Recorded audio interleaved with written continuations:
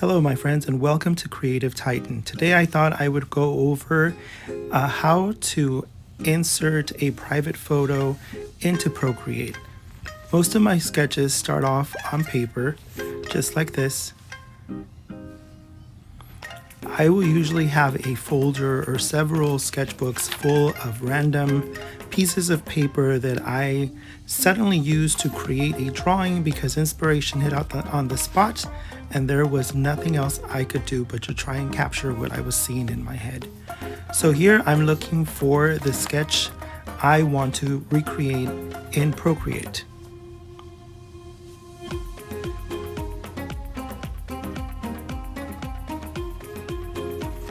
This is a sketch I'm going to go ahead and develop further in Procreate. It's a medieval steampunk inspired drawing. So the first thing we're going to do is we're going to go into our tablet. We're going to find Procreate and we're going to open it. Once there, we're going to create a new canvas. And the size can be square, it can be photo, it all depends on what you need. For video purposes, I decided to go with 2560 by 1440. Once I create the canvas, I'll shrink it down a bit so I can see it. I will go over to the wrench at the left-hand side at the top near gallery. I will select JPEG and I will scroll to the left. And if you do it slightly, insert photo. And if you slide it to the left slightly, you'll see there is an option for a private photo. What this does, it'll let you insert any drawing that you have and you can scale it and it will remain invisible to the art process that Procreate uses to record your videos or your time lapses. So here, as you can see, I'm just placing it, I'm scaling it, rotating it.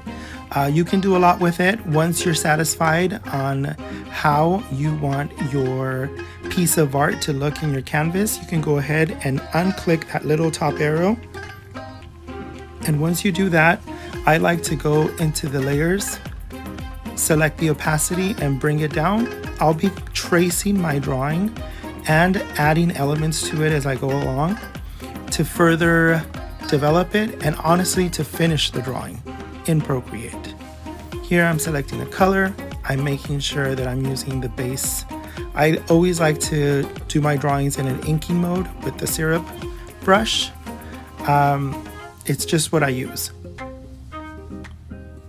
So once you have it selected, make sure you are on the top layer so everything you draw is contained in its own layer. And then this is where we start the art process. There is a lot of tracing, but there is also a lot of new elements being added. That's usually the way I finish my drawings in Procreate. I will be adding elements that weren't there initially.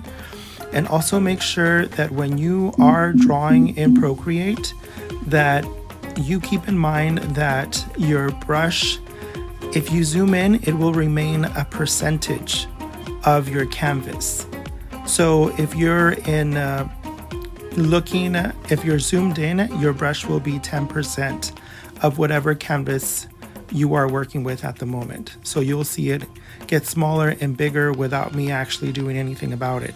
It will automatically adjust itself to be 10% by default of your canvas. If you would like to know how to keep that stable in a single size, please let me know.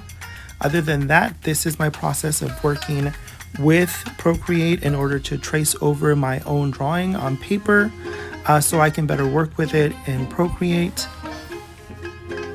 And at the same time, I'm adding elements that were not there previously, that were not in the sketch.